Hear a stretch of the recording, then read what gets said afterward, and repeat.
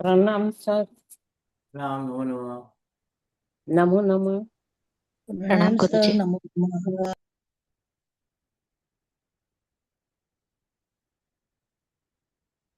प्रणाम सर, नमो नमः। शुभशतम। जय गुरु सर।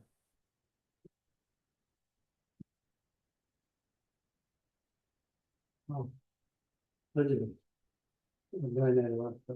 एक मिनट। हाँ, बताइए।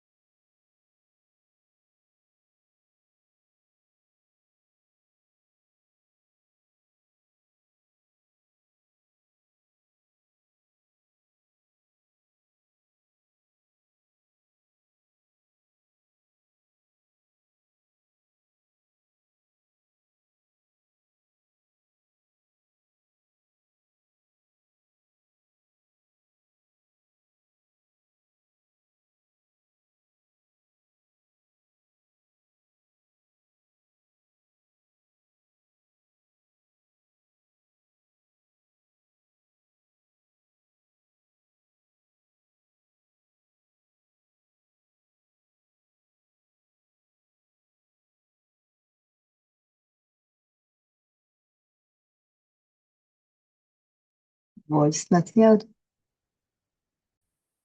એક મિનિટ હા.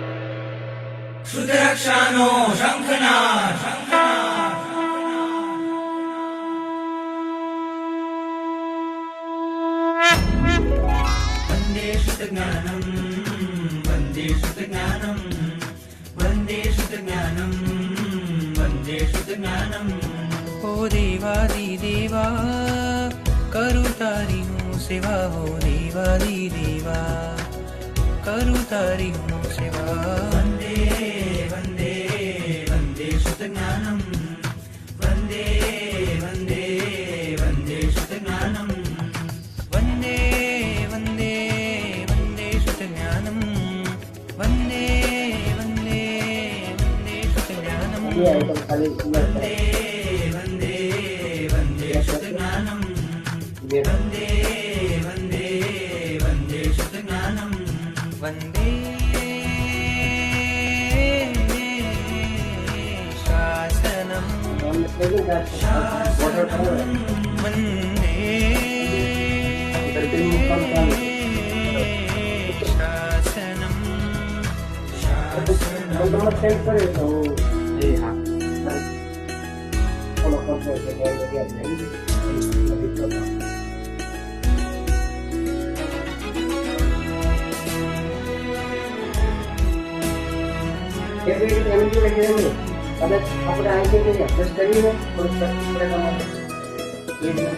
મને કહો હું કઈ લઉં સાબરમતી છે બે આ વિશ્વમાં જે શ્રેષ્ઠ છે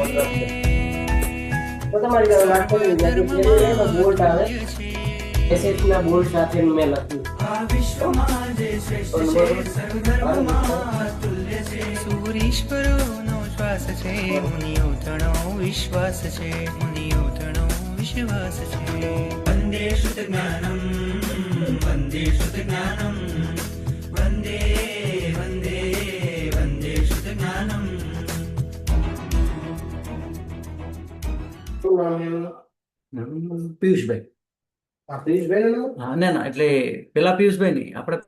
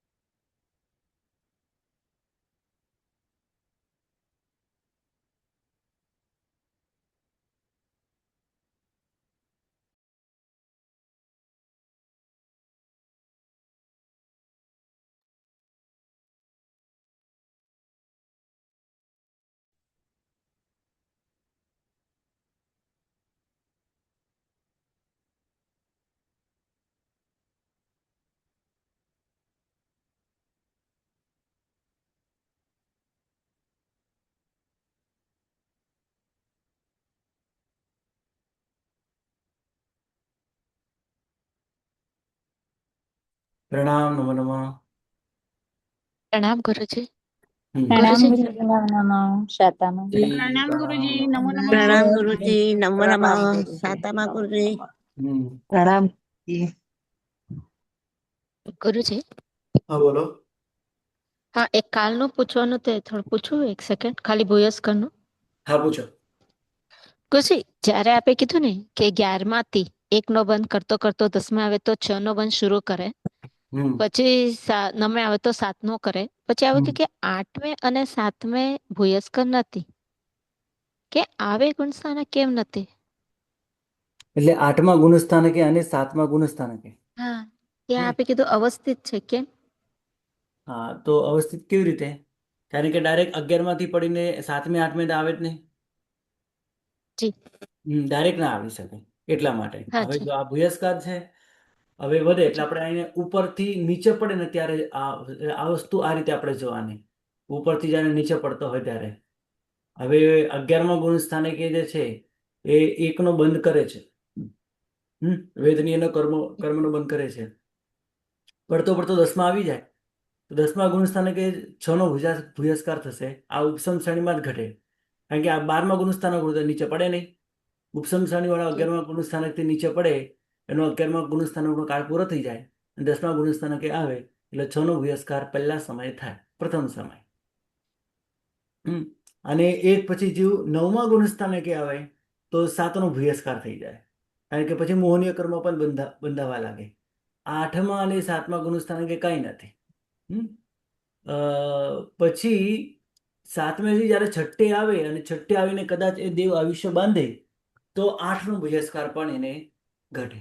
તો આ રીતે 6નો, 7નો અને 8નો ભૂયસ્કાર ઘટે. બરાબર. તો પછી 8મે અને 7મે નહીં બંધાય એનું કોઈ પર્ટિક્યુલર રીઝન નથી, આમ જ કે નહીં બંધાય એટલું જ. હા, નહીં બંધાય એટલે આવી પ્રકૃતિ વધતી નથી એટલે નથી થતું. જી આ જે ભૂયસ્કાર મેં અહીંયા પણ સમજાવ્યો છે. ઉપરથી આ રીતે નીચે આવે છે. તો અહીંયા મેં બંને વસ્તુ સમજાવી છે. અવસ્થિત બંધ ક્યાં છે અને ભૂયસ્કાર બંધ ક્યાં છે. તો જુઓ, 11મા ગુણસ્થાનકથી પડી જ્યારે 10મા ગુણસ્થાનકે આવે ત્યારે પ્રથમ સમયે 6નો બંધ કરે તો આ ભૂયસ્કાર થયો. આ ઉપસમ શ્રેણીમાં જ ઘટે. બરાબર. પછી 10માંથી 9મા ગુણસ્થાનકે આવે તો પ્રથમ સમયે 7નો ભૂયસ્કાર થાય. આ પણ ઉપસમ શ્રેણીમાં જ ઘટે. પછી ના સમય એટલે કે 9મા ગુણસ્થાનકનો આખો સમય, 8મા ગુણસ્થાનકનો, એ જ પ્રમાણે 7મા ગુણસ્થાનકનો, ત્યાં 7નો બંધ ચાલુ રહેશે. એટલે 7નો બંધ ચાલુ રહેશે એનો મતલબ શું થયો? 7નો અવસ્થિત બંધ છે. અને પછી પડીને એ છઠ્ઠા આવે કે પછી 5મે પણ જાય કે ચોથે પણ જાય કે બીજે પણ જાય કે પછી પહેલે પણ જાય તો ત્યાં જ્યારે આયુષ્ય બાંધે ત્યારે એ 8નો ભૂયસ્કાર કરે. એ સિવાયના કાળમાં એનો 7નો અવસ્થિત બંધ રહે. તો અહીંયા પ્રથમ સમય 6માંથી 7માં આવ્યો તો પ્રથમ સમય ભૂયસ્કાર અને પછીના બધા જ સમયે 7નો અવસ્થિત બંધ. 7નો અવસ્થિત બંધ. એ જ પ્રમાણે 6નો અવસ્થિત બંધ ક્યાં રહ્યો? તો 10મા ગુણસ્થાનકે પ્રથમ સમય 6 ભૂયસ્કાર થયો અને બાકીના સમય 6નો અવસ્થિત થયો. 11મા ગુણસ્થાનકે ગયો ત્યારે 1નો અવસ્થિત બંધ થયો. પહેલા સમય ઉપર ચડ્યો ત્યારે પહેલા સમય તો અલ્પતર થયો. અલ્પતર આપણે વિચારતા નથી, અત્યારે આપણે ખાલી 2 જ વિચારીએ છીએ. તો 1નો અવસ્થિત બંધ ત્યાં હતો. અને એ જ પ્રમાણે આપણે 12મોનો અત્યારે વિચારતા નથી કારણ કે એ અલ્પતરમાં વિચારવાનું આવે. હવે જો અલ્પતર 8માંથી 7માં આવે, 7માંથી 6માં આવે, 6માંથી 1માં આવે તો આ ઘટે. એનું આ ચિત્ર, આ 2 ચિત્ર બને છે એના. તો આપણે અવસ્થિત બંધ ક્યાં કેવી રીતે થયો, અલ્પતર બંધ કેવી રીતે થયો, તો 8નો બંધક 7 બાંધવા લાગે. આ પહેલા ગુણસ્થાનકે પણ આવું ઘટે, બીજા ગુણસ્થાનકે પણ આવું ઘટી શકે.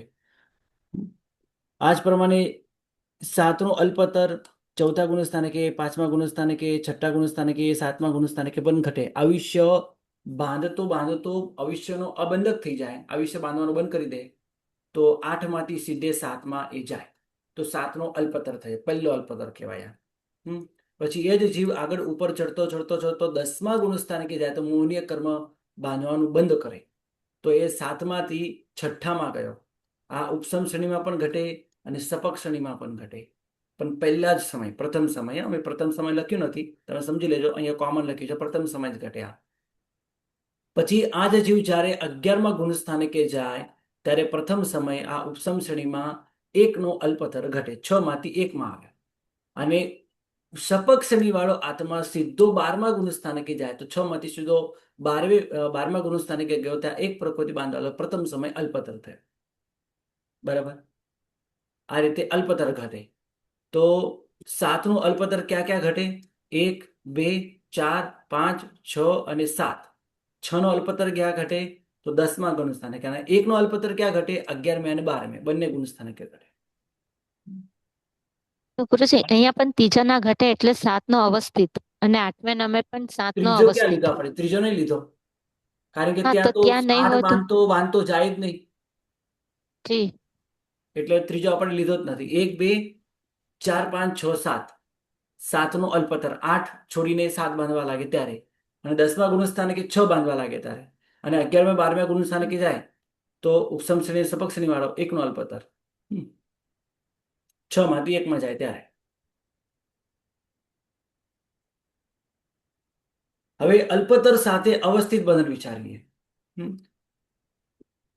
બંને સાથે તો જ્યારે પણ આયુષ્ય અબંધક થાય, એટલે 8 બાંધતો હતો એટલે આયુષ્ય બંધક હતો, એ આયુષ્ય અબંધક થઈ જાય જ્યારે પણ આ પહેલા, ચોથા, 5મા, 6ઠ્ઠા અને 7મા આ કોઈ પણ ગુણ સ્થાનકે આવું, બીજા પણ આ બીજા ગુણ આવું બની શકે છે. પણ ત્યારે જ્યારે 8 માંથી 7માં જાય, 7નો બંધક થાય તો પ્રથમ સમય એ અલ્પતર કહેવાય. 7નો અલ્પતર. પછી એ જ 7નો અલ્પતર ફરી આયુષ્ય બાંધે નહીં તો 8મા ગુણ સ્થાનકે, 9મા ગુણ સ્થાનકે 7નો જ અવસ્થિત બંધ રહે. એના પછી એ જ્યારે 10મા ગુણ સ્થાનકે જાય ત્યારે પ્રથમ સમય 6નો અલ્પતર થયો, ઉપસમ શ્રેણી સપક શ્રેણી બંને શ્રેણીમાં થાય. એના પછી અંતર્મૃત સુધી એ 6નો અવસ્થિત રહ્યો, અંતર્મૃત સુધી. પછી 11મા ગુણ સ્થાનકે ઉપસમ શ્રેણી વાળો આત્મા આવે તો પ્રથમ સમય 1નો અલ્પતર, અને પછીના સમય 1નો અવસ્થિત. અને સપક શ્રેણી વાળો સીધો 12મા ગુણ સ્થાનકે જાય તો પ્રથમ સમય 1નો અલ્પતર, અને પછીના સમય 1નો અવસ્થિત બંધ.